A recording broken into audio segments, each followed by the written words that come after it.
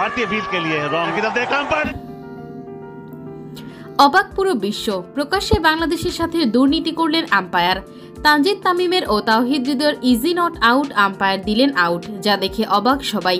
পরপর 2 ম্যাচে 0 রানে আউট হওয়ার পর ভারতের বিপক্ষে রানের খাতা খুলতে পারলেন তানজিদ হাসান, কিন্তু বড় লক্ষ্যে দলের চাহিদা মিটিয়ে ব্যাটিংটা করতে পারলেন না তরুণ বাঁহাতি ওপেনার। কুলদীপ ইয়াদবের গুগলিতে পেছনের পায়ে খেলার চেষ্টায় এলবিডব্লিউ হন তানজিদ। তবে এই আউট নিয়ে আছে বিতর্ক, কেননা আবেদন করতে সাথে সাথে আউট দিয়ে দেন আম্পায়ার, আর পরে রিভিউ নিয়ে দেখা দেয় এটা আউট ছিল না।